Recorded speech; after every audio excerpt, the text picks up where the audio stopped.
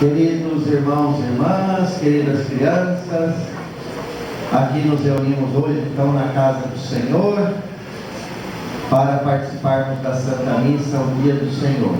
Acolhemos as crianças, familiares, pais e padrinhos dessas crianças. Nós teremos 8 batizados após a missa, então é motivo de alegria para a nossa paróquia acolher vocês e realizar esse sacramento tão importante que é o sacramento do batismo. Vejam, já estamos no mês de outubro, daqui a pouco é Natal. Agora, se já estava rápido, agora voa, né? Daqui a pouco é o fim de ano, mas nós estamos no 3º mês temático. Agosto foi o mês vocacional, setembro o mês da Bíblia, outubro o mês das missões, ou mês missionário. O que significa isso? Significa dizer que a igreja é por natureza missionária. Se a igreja não fosse missionária, nós não estaríamos aqui hoje. Primeiramente, a palavra não chegaria até nós e a proposta de Jesus teria morrido ali com o grupinho dos 12 apóstolos. Então, se estamos aqui, é porque o Evangelho foi anunciado, é porque a igreja continua essa sua missão de anunciar Jesus Cristo. E essa missão é da igreja e é de todos nós que somos a igreja viva. Todo batizado, todo cristão, ele é discípulo e missionário de Jesus, ou discípulo missionário, porque quem tem Jesus como mestre também tem o dever de anunciá-lo. Agora, eu não posso anunciá-lo se eu não o tenho como mestre, entendeu? Então, se eu sou discípulo, eu sou missionário. Mas para ser missionário, eu preciso ser discípulo, porque eu anuncio Jesus, não a mim mesmo, né? Então, vejam, a igreja nos ensina que todos nós somos discípulos de Jesus e missionários de Jesus. E o que significa ser missionário de Jesus hoje? Ir para a África? Sim. Ir para a Amazônia? Sim. Mas eu posso ser missionário no meu prédio, no meu bairro, na minha casa, no meu trabalho, na minha família. O que significa ser missionário? Ser um sinal do amor de Deus, ponto, mais nada. Ser sal e luz, ser fermento na massa, ser um sinal do amor de Deus. Isso é ser missionário no cotidiano, no dia a dia. Anunciar o amor de Deus, amar, perdoar, fazer o bem, tudo isso significa ser missionário nesse mundo. Então, e o tema deste ano é: missão é servir. A nossa missão é servir, em sintonia com o tema da campanha da fraternidade, lembram-se? Eu vim para servir. E aí o lema: quem quiser ser o maior, seja o menor de todos. E aqui do meu lado tem um grande santo. Hoje é dia de São Francisco. São Francisco de Assis. Um santo reconhecido e amado por católicos, não católicos, por ateus, por várias religiões. E esse santo se tornou grande porque ele se fez pequeno. Só se torna grande quem se faz pequeno, quem é humilde. Então a missão é servir. Quem quiser ser o maior, que seja o menor. E São Francisco nos ensina isso. Há mais de 800 anos, São Francisco já vivenciava uma relação harmoniosa com toda a criação. Há mais de 800 anos. Jesus, São Francisco, que procurou viver o Evangelho de Cristo no seu dia a dia, tinha uma sensibilidade muito aguçada em relação à natureza, à ecologia, à criação. Por isso chamava tudo de irmão, irmã. Porque quando eu chamo de irmão ou irmã, eu respeito. Então chamava a água de irmã, água, irmão sol, irmã lua, irmã chuva, e aí vai. É o santo da fraternidade universal. É o santo que rezava assim: Senhor, fazei o instrumento de vossa paz. Nós, como missionários, temos que ser nesse mundo instrumentos de paz. Instrumentos de guerra, de injustiça, de violência, está cheio na terra. Nós temos que fazer uma opção de sermos instrumentos de paz. Por isso, a saudação franciscana é essa: paz e bem. São Francisco sempre cumprimentava as pessoas desejando a paz e o bem. E a paz a gente sabe que é fruto da justiça e do perdão. E São Francisco nos ensina a ter uma relação harmoniosa com toda a natureza. Gente, agora que nós estamos tomando consciência da importância da natureza e da ecologia, agora que está caindo a ficha. E esse homem aqui, santo, há mais de 800 anos já teve essa sensibilidade. Vejam como nós somos lentos. E tem gente ainda que resiste.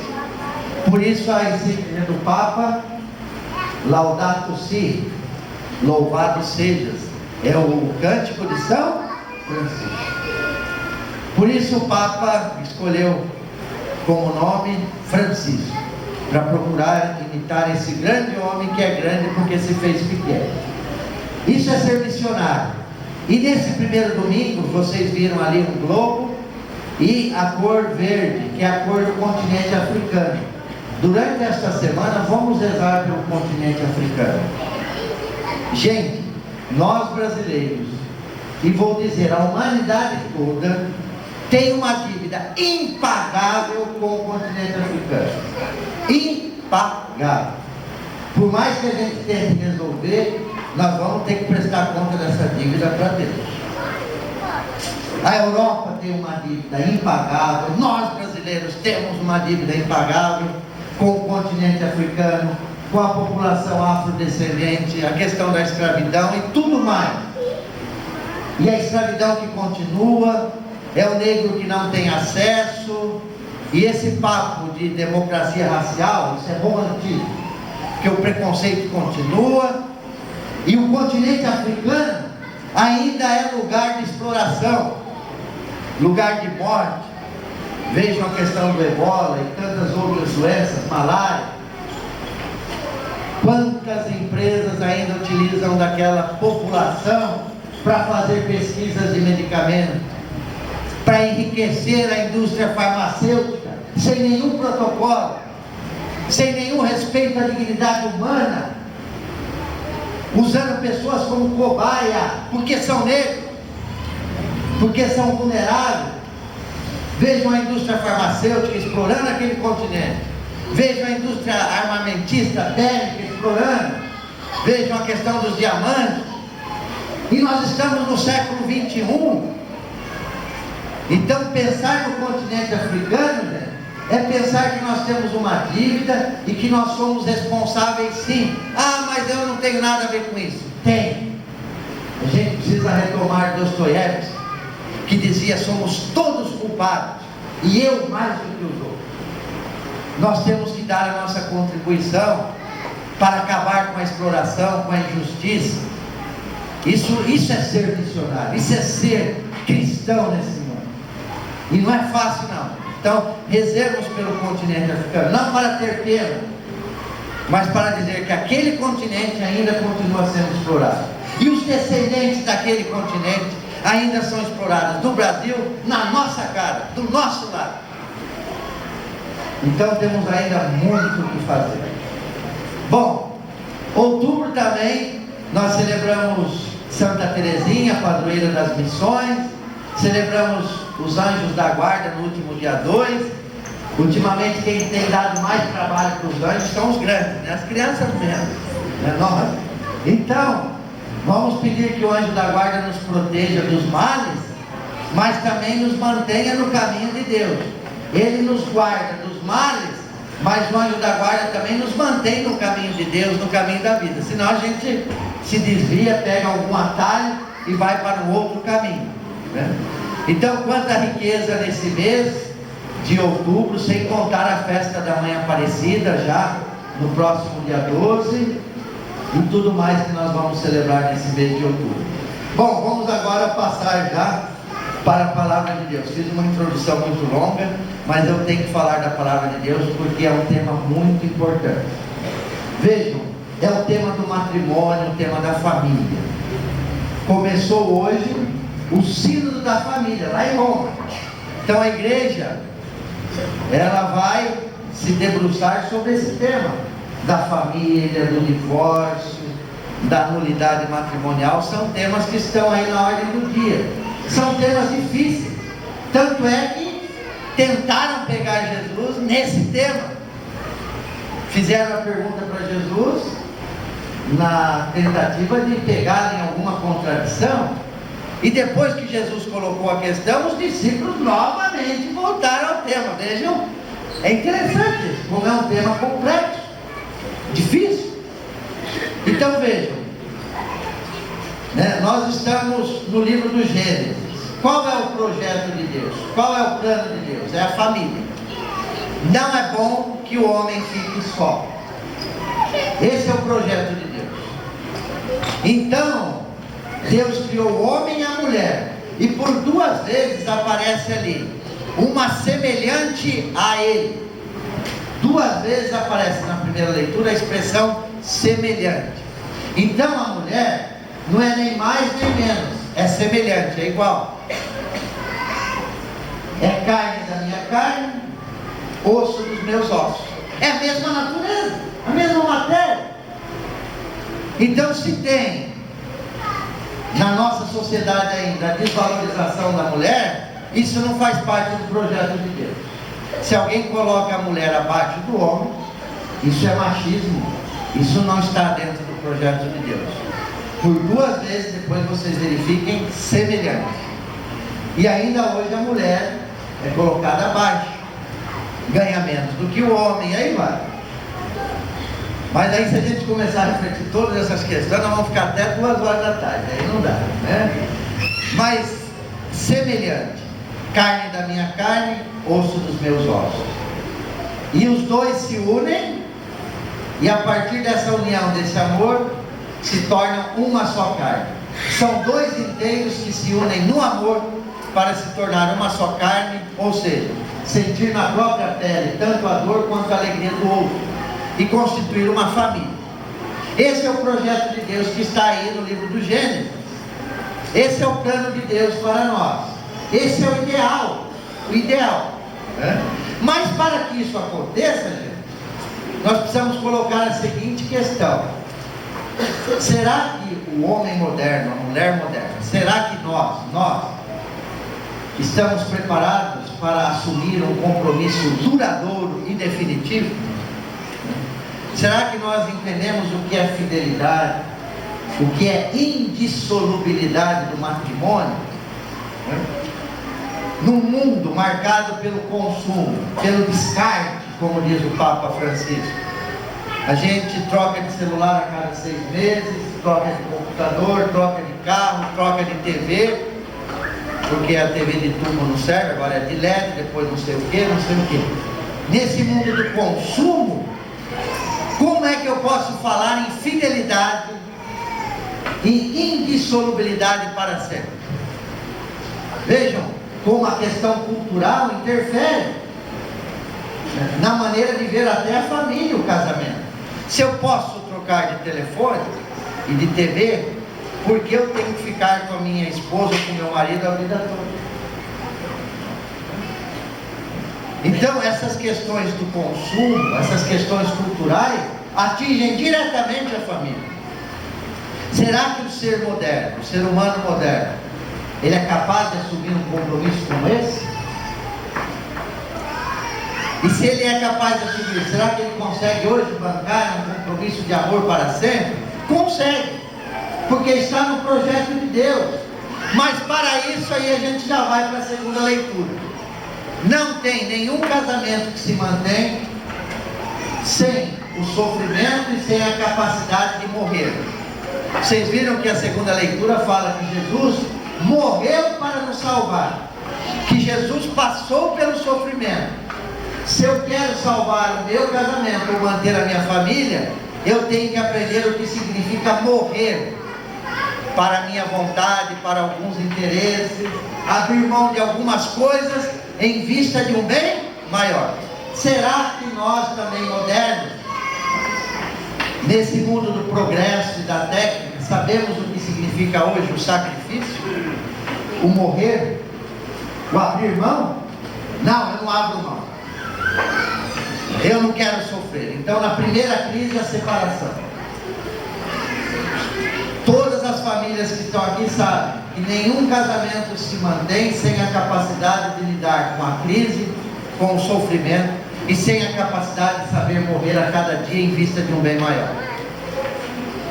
É só assim que a gente mantém a família. Fora disso, mesmo assim é difícil. E aí nós vamos para o Evangelho. Perguntaram a Jesus, vejam a pergunta, gente. É permitido ao homem se divorciar da mulher? Na época de Jesus, o divórcio já existia, mas era uma prerrogativa do homem. Apenas o homem podia pedir o divórcio. A mulher não tinha o mesmo direito. Vejam aí a questão. O homem então podia a qualquer momento, está no texto, despedir a mulher. Então a mulher vivia numa instabilidade, dependia da vontade do marido, do humor do marido. De repente, por nenhum motivo, o marido podia despedir a sua esposa. Vejam que interessante, o machismo presente. E quando Jesus critica, Jesus fala assim, no início não era assim. Essa lei entrou por causa da dureza do coração de vocês. Porque no projeto de Deus, no princípio não era assim. Então atenção aqui, gente. Quando Jesus critica o divórcio, quando Jesus defende a família, ele vem para defender a mulher. E as crianças que aparecem no fim do texto. Porque na época de Jesus, a mulher não tinha voz e nem vez. E as crianças também não tinham voz e nem vez. Não eram valorizadas. Tanto é que quando as crianças chegaram até Jesus, os próprios apóstolos pediram para elas se afastarem, impediram. E Jesus abraçou, abençoou, tocou. Isso foi uma revolução, gente. Esse evangelho de Jesus, alguns dizem que é ultrapassado, que a igreja é ultrapassada. Esse evangelho mostra o amor de Jesus pelas mulheres e pelas crianças, ou seja, por aqueles que não tinham voz e nem vez. Defender a família era defender a dignidade da mulher e dos filhos, que muitas vezes sofrem mais com a separação. E na época nem contavam. Então vejam, às vezes nós fazemos julgamentos precipitados. A palavra de Deus vem em defesa da mulher, em defesa da família, em defesa das crianças. Era uma revolução. Então, Jesus volta à origem. No princípio não era assim. Então aqui nós temos já vou terminar, né? Porque eu já falei muito, né? Mas nós temos aqui um elemento interessante. Para a gente manter o casamento, ou qualquer coisa, a gente precisa de motivação. Se a gente não voltar ao princípio, cai na rotina. E a gente perde o porquê. Olha que interessante que Jesus, no princípio não era assim. Então, Jesus está dando uma dica assim, olha, é bom que o casal sempre volte ao princípio.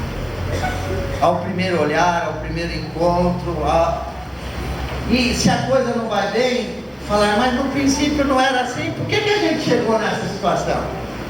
Olha que interessante esse evangelho. Voltar ao princípio, voltar ao plano de Deus. Então o casamento é um projeto de Deus, é um plano de Deus. Não é um contrato civil, não é um contrato entre duas pessoas, tem uma dimensão religiosa, sagrada. Voltar à origem é encontrar as motivações. Isso serve para o trabalho. Se a gente não volta à origem, na questão da nossa vocação, da nossa profissão, da família, as coisas vão se esvaziando, vão perdendo o sentido. Então aí Jesus já dá uma dica, voltar à origem e depois avançar, ter o ideal, o plano de Deus como referência. E aí eu termino com uma última palavra que eu não podia deixar. E para aqueles que o casamento fracassou? né? Isso não está no Evangelho, eu tenho que falar. O casamento é um ideal, a família é um ideal, mas às vezes fracassa, por culpa de um ou por culpa dos dois. O fracasso faz parte da vida. E se acontecer o fracasso e acontecer o divórcio, o que nós vamos fazer? Alguns ficam sozinhos, outros querem reconstruir a sua vida, estão numa segunda união. É sobre esse tema que a igreja também tem que se deparar. Como acolher melhor essas pessoas? Acolher, nós já acolhemos. Todos são chamados ao amor de Deus, todos. E não cabe a nós julgarmos ninguém, porque isso é questão de foro interno, né? Não tem culpado inocente. Aconteceu o fracasso, aconteceu, e a vida tem que seguir. Então, a igreja tem, em primeiro lugar, que acolher. Segundo lugar, a igreja está procurando mecanismos, né? Até a questão da nulidade matrimonial. Em alguns casos é possível conseguir a nulidade do primeiro casamento, mas tem que ter os motivos, tem todo um processo, e o Papa pediu para que esse processo seja mais ágil e menos custoso. Então já é um avanço. Depois, vamos supor, não consegui a nulidade, então vou ficar sozinho. A igreja não está obrigando ninguém a ficar sozinho. Se você reconstruir a sua família com uma outra pessoa, você também tem o direito de ser feliz. E se a separação por um acaso aconteceu, procure evitar um dano maior para os filhos e procure enfrentar isso sem muito sofrimento. Sofrimento vai ter para todo mundo, mas como é possível enfrentar o fracasso sem sofrer muito, com mais serenidade, não deixar de rezar, de participar? Então a igreja procura, a igreja apresenta, o ideal é a família, a igreja é contra o divórcio, mas se esse ideal não é possível, nós devemos buscar o maior bem possível dentro daquilo que nós estamos vivenciando. Não deixar de lado a nossa fé, a nossa comunidade, se sentir acolhido e amado por Deus, enquanto a igreja procura meios e respostas para acolher de melhor maneira os casais em segunda união que passaram por essa experiência de fracasso. Então, o ideal continua, a família é sagrada, e nós devemos também procurar entender as novas situações que vão aparecer no nosso dia a dia. Irmãos e irmãs, vejam que tema difícil de ser enfrentado, porque é um tema que toca a todos nós. Nós temos vivenciado isso bem de perto, mas vamos pedir a Deus a sabedoria de enfrentar tudo isso com fé, com esperança e muito amor no coração. Louvado seja o nosso Senhor Jesus Cristo.